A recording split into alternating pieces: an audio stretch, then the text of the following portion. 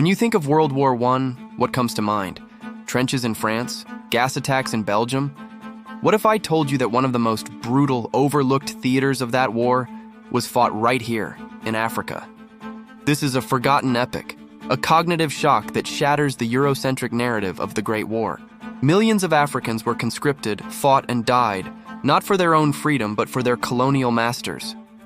Their sacrifices, their battles, their suffering have been largely erased. Did you know that German, British, French, and Belgian forces clashed across vast African territories, from the deserts of Namibia to the jungles of Cameroon?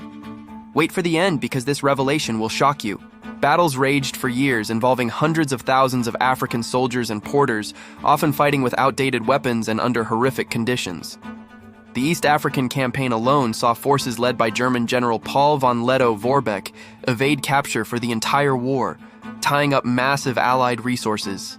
Imagine fighting a global war, thousands of miles from Europe in unforgiving terrain, with diseases claiming more lives than bullets.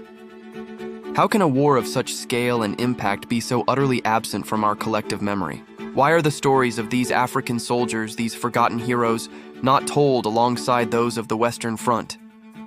World War I in Africa wasn't just a European conflict spilling over. It was a war that reshaped the continent, ignited early nationalist sentiments, and left an indelible mark on generations. To truly understand the Great War, we must remember all its fronts. What other crucial chapters of African history have been erased from our textbooks? Tell us below. Like and subscribe for more untold stories that challenge everything you thought you knew.